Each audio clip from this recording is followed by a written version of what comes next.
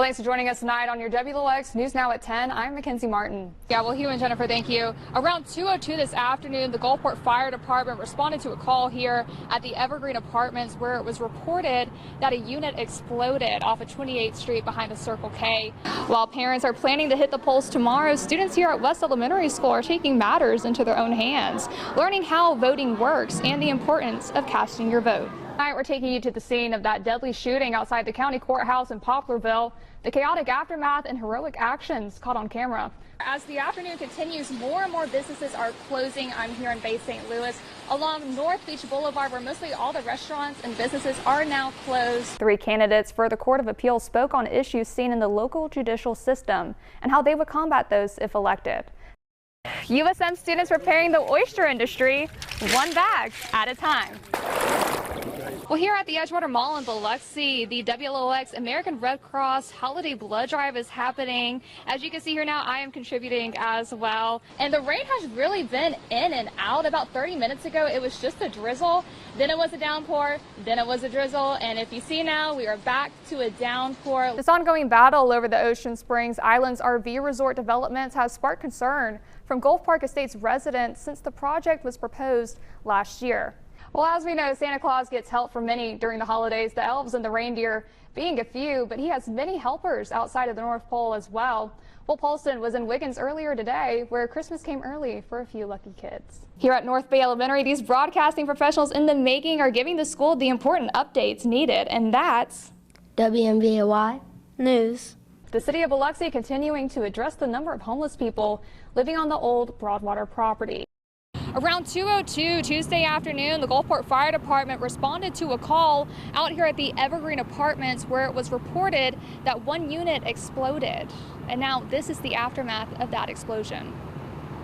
What started out as an exciting New Year's Eve with plans on how to ring in the new year now leaves 3 people injured and several residents without a home.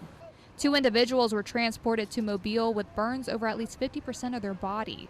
The third was taken to the New Orleans Burn Center in less critical condition.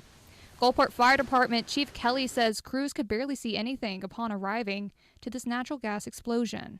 It was chaotic. A lot of people in this area, and it was a loud boom and then, heavy smoke, heavy fire conditions when we got here. As of Tuesday evening, this incident is being referred to as a natural gas explosion. CenterPoint Energy forensic crews are now on the way from Houston, Texas, to determine the cause of this explosion at Evergreen Apartments. Residents say that a crew has been working on the gas lines for around 2 weeks now.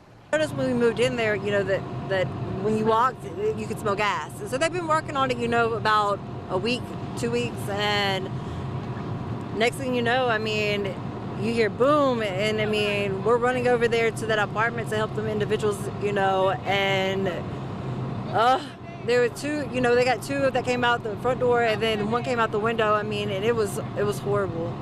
I just thought we was all about to die. Evergreen apartment resident Raymond Blackwell says you couldn't have missed when the explosion happened. It was a loud boom that shook the whole apartment building. And so I said, what the hell, such a dirty word. I went out the apartment and looked, and there was glass blowed everywhere. My windows wasn't blowed out, but next door was on fire and their windows was blowed out. Residents recount that their units only have 1 door to enter and exit.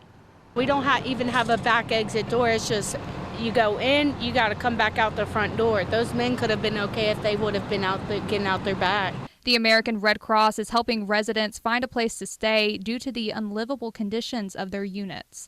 In Gulfport, Makenzie Martin, WLOX News Now. By the time you see this at home, this giant cockroach reef will be sunk to the bottom of the Gulf. After months of planning and building, this metal cockroach is finally fulfilling its purpose, sitting at the bottom of the Gulf, becoming a fishing reef.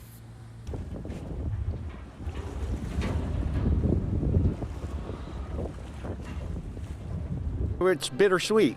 We've been waiting a year for this day, and then as the day comes and it disappears underwater, but it's really just the beginning. Now it's got a whole nother life forever under the water. The Gulf Coast has a strong shrimp industry, but it's projects like this that makes the Mississippi Gulf fishing banks hopeful for the fishing industry.